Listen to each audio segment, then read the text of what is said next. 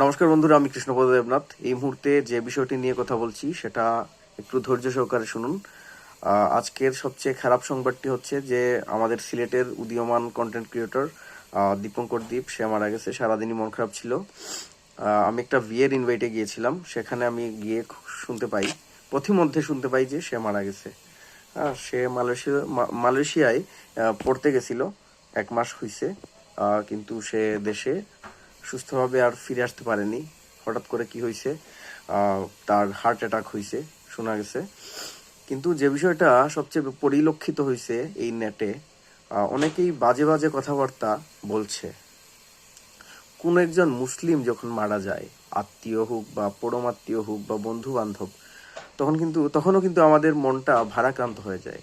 আজকে হিন্দু বলে তাকে এরকম বিভিন্ন মানুষ কথা বলতেছে। সে হিন্দু হইলেও ছেলেটা ভালো ছিল। কেন ভাই? হিন্দুরা কি খারাপ? এই ধরনের মন মানসিকতা নিয়ে থাকেন কেন? এটা কি ধরনের মন মানসিকতা? হিন্দু হইলেও সে ভালো ছিল মানে কি? সে আফটার অল প্রথম হচ্ছে সে মানুষ। মানুষকে মানুষ হিসাবে সম্মান দিতে শিখুন। মানুষ হিসাবে সম্মান দিতে যদি না পারেন তাহলে কথা বলার দরকার নাই। কি দরকার ফেসবুকে সেই সব আলবাল বকবেন? এইটা প্রথম কথা। দ্বিতীয়ত হচ্ছে তার পরিবারের এই যে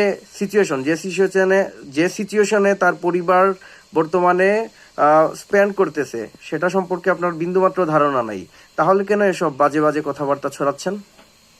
আজকে আমার মুসলিম একটা ফ্রেন্ড হইলে কি আমি বলতাম যে সে মুসলিম হইলেও ভালো ছিল? এটা কি ধরনের আচরণ? এই আচরণ থেকে তাড়াতাড়ি বের হন। এটা আসলে পারিবারিক শিক্ষার ব্যাপার।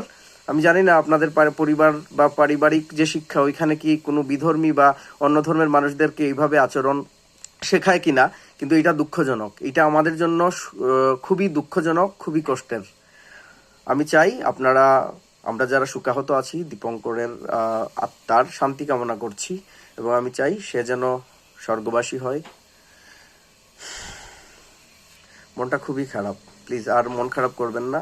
সারা নিউজ ফিড জুড়ে দীপঙ্করের নামটাই, কিন্তু দীপঙ্করের ছবি, দীপঙ্করের নাম, দীপঙ্করের ভিডিও আসছে।